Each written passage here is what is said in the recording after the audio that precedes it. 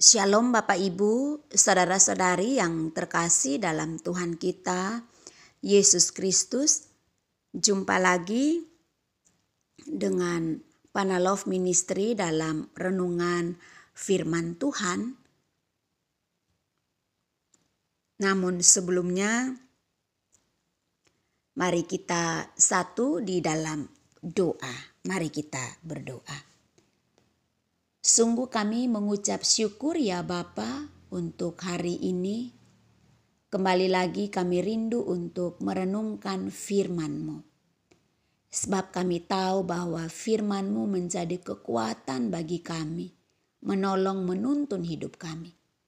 Karena itu ya Bapa, berbicaralah kepada kami, karena kami telah siap untuk mendengarkan firman-Mu.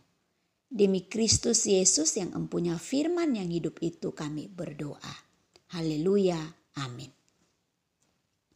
Pembacaan firman Tuhan terambil dalam 2 Korintus 4 ayat yang ke-18 berkata, menurut Rasul Paulus yang kelihatan adalah sementara, sedangkan yang tak kelihatan adalah kekal. Tema firman Tuhan adalah cara pandang baru. Ya, jadi tema hari ini adalah tentang cara pandang baru. Kalau sebelumnya saya sempat membahas tentang cara pandang kita.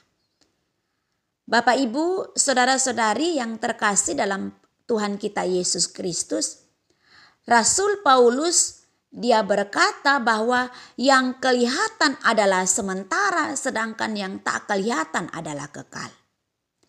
Saya membaca sebuah artikel yang menulis tentang seorang mahasiswa doktoral tidak dapat menerima gelar doktor dari sebuah universitas karena sudut pandang kekristenannya. Menjelang akhir masa studinya, ia diminta datang ke kantor penasehat akademiknya dan diberitahu bahwa disertasinya ditolak.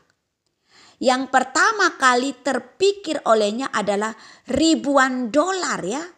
Uang ya, dan 5 tahun hidupnya seketika lenyap begitu saja.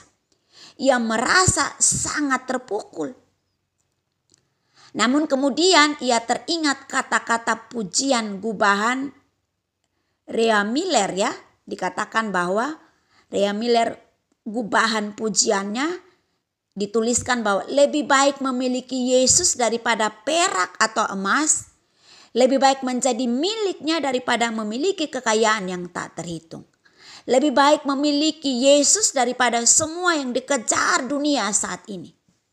Kemudian si mahasiswa yang tadi itu berkata bahwa ia tertawa karena ia menyadari bahwa ternyata ia sama sekali tidak kehilangan hartanya yang abadi.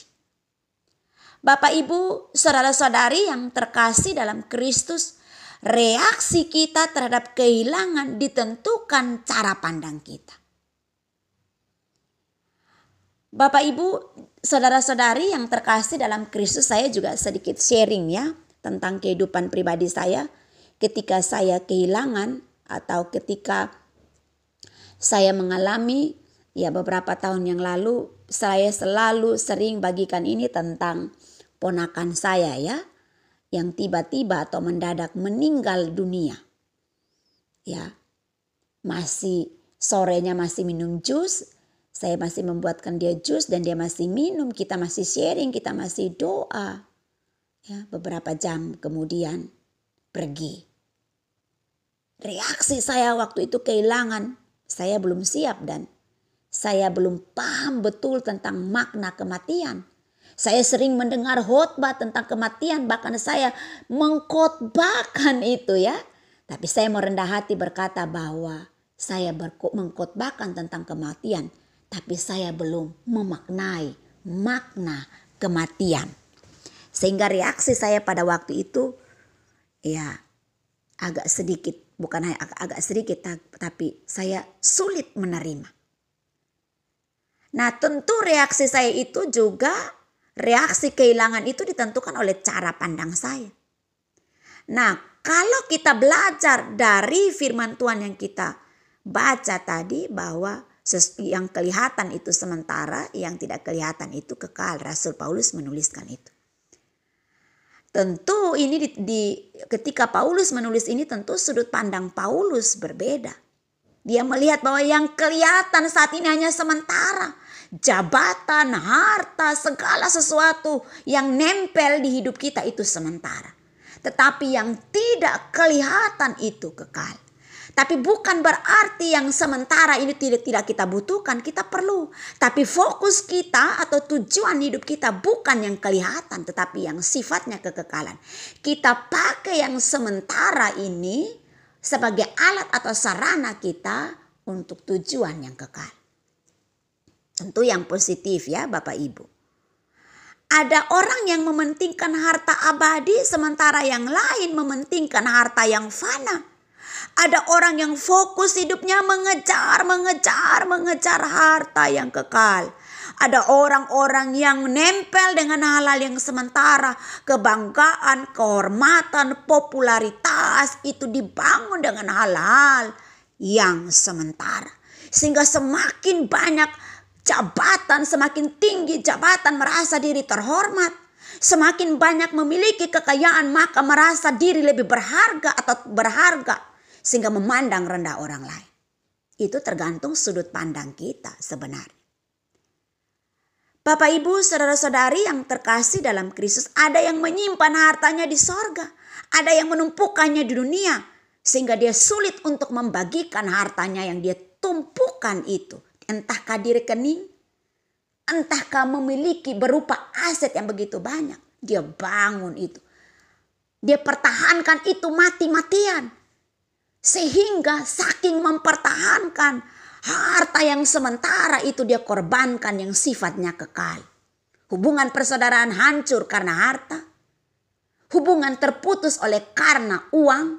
Semuanya dibangun dengan hal-hal yang sementara. Kenapa? Sudut pandangnya dibangun dengan hal yang kelihatan. Bapak Ibu saudara-saudari yang terkasih dalam Kristus. Ada yang bertahan dalam pernikahan yang sulit demi sorga yang akan datang. Sementara ada orang lain bercerai dan mencari kebahagiaan yang dengan pasangan yang lain, berselingkuh, pelakor. Ya. Walaupun kebanyakan orang percaya bahwa kebahagiaan ditemukan dalam kekayaan dan kemasyhuran, keterkenalan.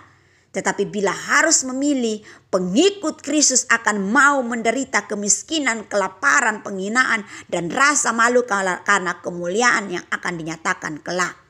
Hal ini dapat kita lihat di 1 Petrus 5 ayat 1. Bukankah kita juga akan lebih suka memilih Yesus? Bukankah Bapak Ibu juga suka memilih mengikuti Yesus?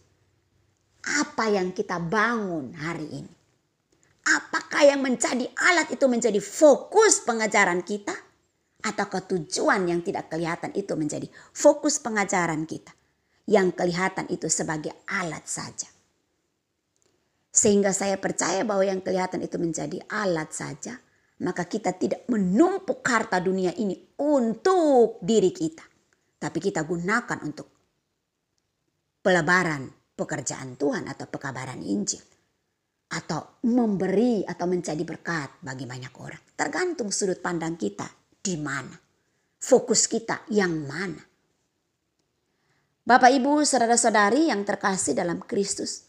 Kalau orang yang mengasihi Tuhan, kalau orang yang cinta Tuhan, kalau orang yang benar-benar mengasihi Tuhan melebihi apapun juga.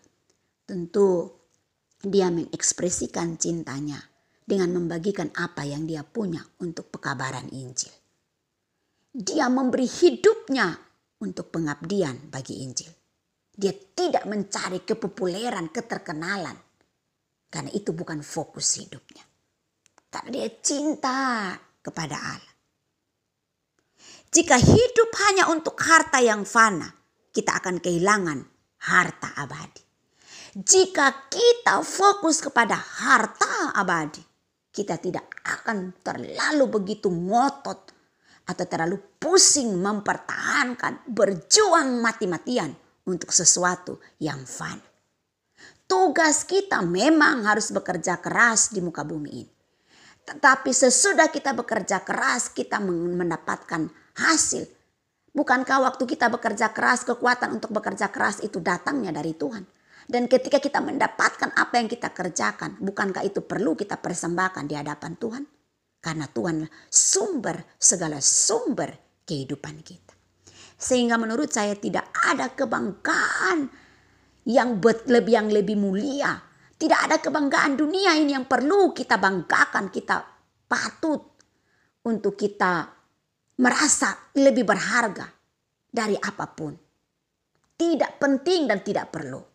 Yang perlu adalah mengerjakan harta yang abadi, yang kekal. Bapak, Ibu, saudara-saudari yang terkasih dalam Kristus, biarlah sudut pandang yang baru itu seperti yang Rasul Paulus dalam 2 Korintus 4 ayat 18 yang kita baca. Yang kelihatan adalah sementara, sedangkan yang tak kelihatan adalah kekal. Kiranya renungan firman Tuhan ini menolong, menasehati, menegur, membimbing, mengarahkan, bahkan menguatkan kita untuk terus melakukan hal-hal, mengerjakan harta atau mengumpulkan harta abadi kita. Nama Tuhan dipermuliakan. Mari kita berdoa. Bapa, kami bersyukur untuk kebenaran firman Tuhan. Biarlah kebenaran firman-Mu memerdekakan hidup kami, merubah paradigma kami, merubah cara perilaku kami, merubah seluruh eksistensi hidup kami. Sehingga kami disempurnakan seturut dengan gambar Kristus. Terima kasih ya Bapa, kami sungguh mengucap syukur, berkati setiap para pendengar yang sudah mendengarkan renungan firman Tuhan ini, kiranya menjadi berkat dan nama Tuhan dipermuliakan. Demi Kristus Yesus kami berdoa. Haleluya. Amin. Demikianlah renungan singkat kita hari ini. Doa saya Tuhan memberkati Bapak, Ibu, dan Saudara dimanapun berada. Sampai ketemu lagi dalam renungan berikutnya. Tuhan memberkati kita. Shalom. Jangan lupa like, comment, share, dan subscribe channel Panah Love Ministry agar senantiasa mendapatkan update video terbaru dari saya. Tuhan memberkati kita. Shalom.